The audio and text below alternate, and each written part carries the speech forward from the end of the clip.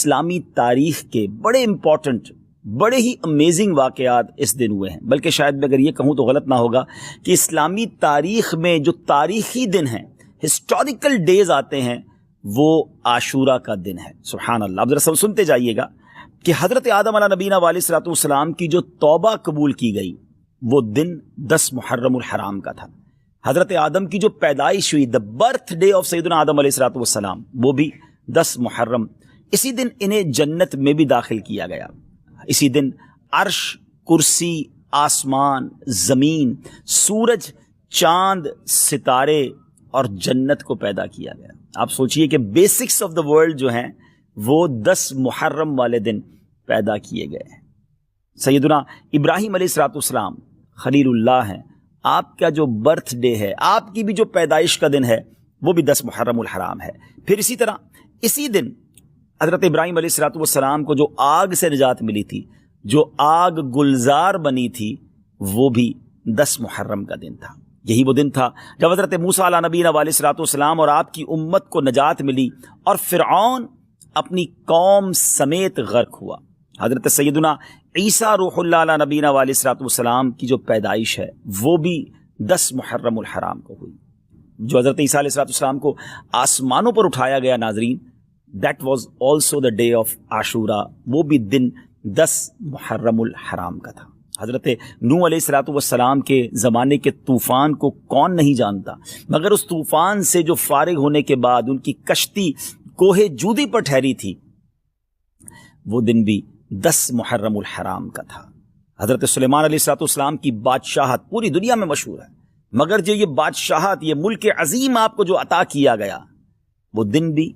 10 محرم الحرام تھا۔ حضرت یونس علیہ الصلوۃ والسلام کا واقعہ، جو مچھلی کے پیٹ میں آپ گئے، کتنا مشکل وقت آپ نے گزارا، مگر جو مچھلی کے پیٹ سے نکلنے والا دن تھا،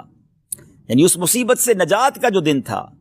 وہ دن بھی 10 محرم الحرام ہی کا تھا۔ حضرت یعقوب علیہ الصلوۃ والسلام کی بینائی کا جو ضعف دور ہوا، آپ کی جو بینائی کم ہو گئی تھی، اور جو پھر اللہ پاک نے اپنے کرم سے، بہت طویل واقعہ ہے، قرآنی واقعہ ہے کہ آپ کی بینائی کی جو یوں سمجھے کہ تکلیف تھی یا بینائی میں جو کمزوری تھی، وہ جو دور ہوئی،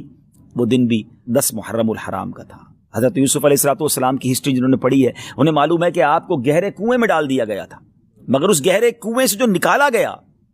وہ دن بھی 10 محرم الحرام کا تھا۔ حضرت ایوب علیہ الصلوۃ والسلام کے صبر کو، آپ کی تکلیف کو، آپ کی بیماری کو آپ جانتے ہوں گے، آپ نے پڑھا ہوگا کہ ان کے ساتھ کتنی پرابلمز تھیں، مگر اس تکلیف کو جو دور کیا گیا، وہ دن بھی 10 محرم الحرام تھا۔ ناظرین،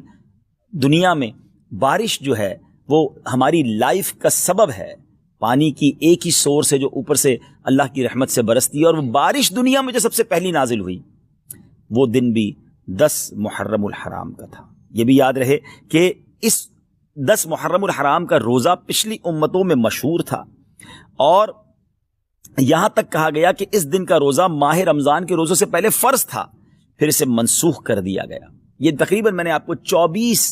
واقعات، انسیڈنٹ اور ایونٹس بتائے جو اس دن ہوئے، اور 25واں پھر وہ واقعہ